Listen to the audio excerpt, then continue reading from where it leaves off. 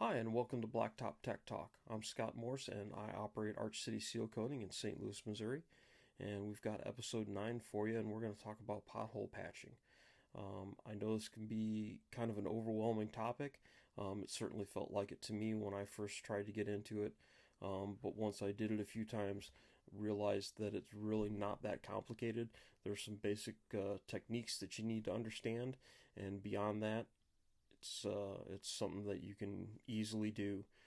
There's plenty of work for this out there, and you're going to be able to start offering this service to your customers um, very easily. So let's get right to it. Um, Two basic materials is a cold mix or ambient temperature mix and hot asphalt mix, which is stuff you see going in pavers and going onto roads. First off, let's talk about cold mix. There's two basic types of cold material. One is the traditional stuff. You'll see it in bags, and you'll also see it as a bulk material. Either one is fine. They're both the same. I actually buy it in bulk. I have a 225 gallon plastic tote that I cut the top of it off, and it's basically just a holder for the cold mix asphalt. That 225-gallon tote holds roughly about 2,000 pounds of cold patch, and it's an easy way to store it and move it around. And it also lets me buy it as a bulk material instead of the endless 50, 75 pound bags.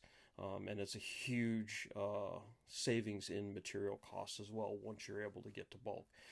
So if you have the ability to move one of these totes around or carry it in your truck or store it someplace, it's a great way to get away from the cost, expense, and hassle of the bagged material. Um, there's tons of different versions of this stuff. Almost every asphalt plant can and does make some version of a cold mix. If you have multiple plants in your area or access to different ones, just like asphalt sealer, I highly recommend buy a bag, buy a little bit of everything you can get your hands on, try them all out, and see what really works well for you. Um, the downside to cold mix is it has the longest curing time. Generally, about 30 days after you put it down and compact it before it's cured. And you need to wait that 30 days before you seal coat over it to give that material a chance to finish. Um, Next, cold material is a water activated material. This is something that's come around in the last several years. This stuff's been around. It's not a brand new material, but it's pretty new. Um, Pretty amazing stuff. It'll come in like plastic 5 gallon buckets. There's several different brands. Most of them work very well. But what you do with this material is once you put it in the hole or the area that you're trying to repair, you actually do have to pour water onto it, and the material will actually come with instructions as far as how much water you need to put in there. But you finish compacting it and set it up with the water, and it's pretty amazing. And this material can be ready to go, ready to seal over and cured within 24 hours. The downside to this is cost. It's significantly higher than traditional cold mix.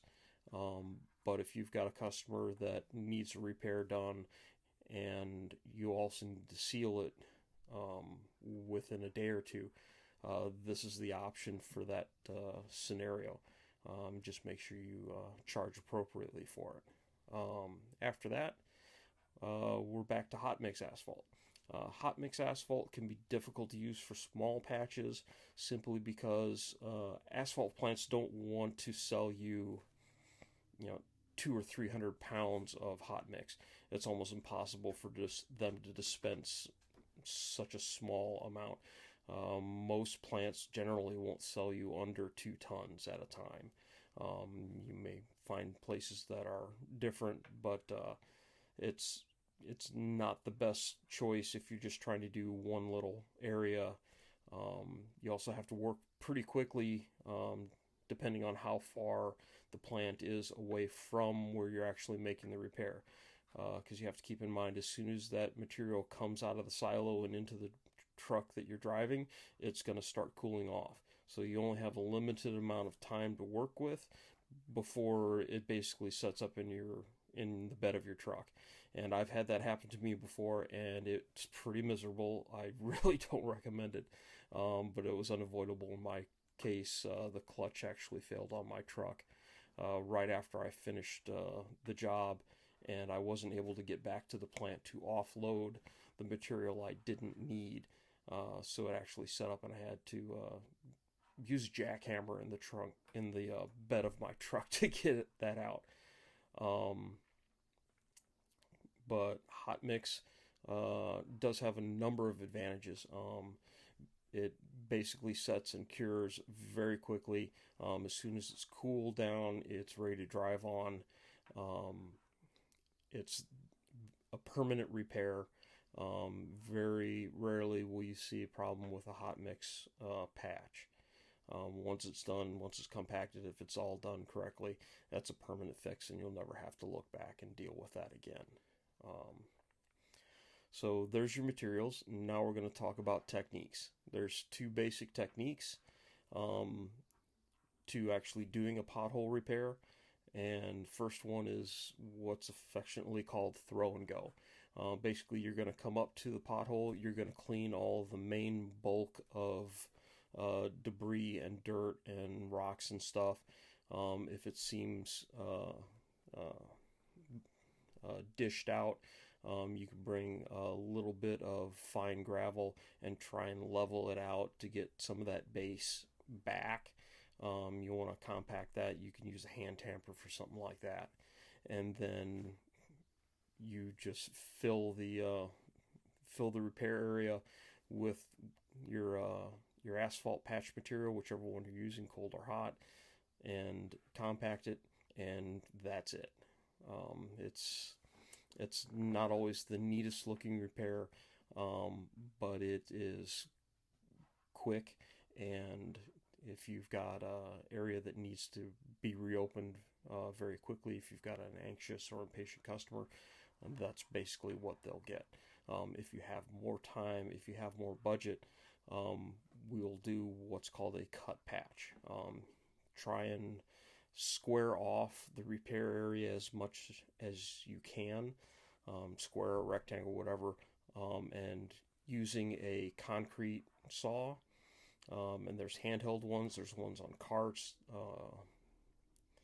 Some of these blades need water to help cool them and cut more efficiently, but there's tons of options for that.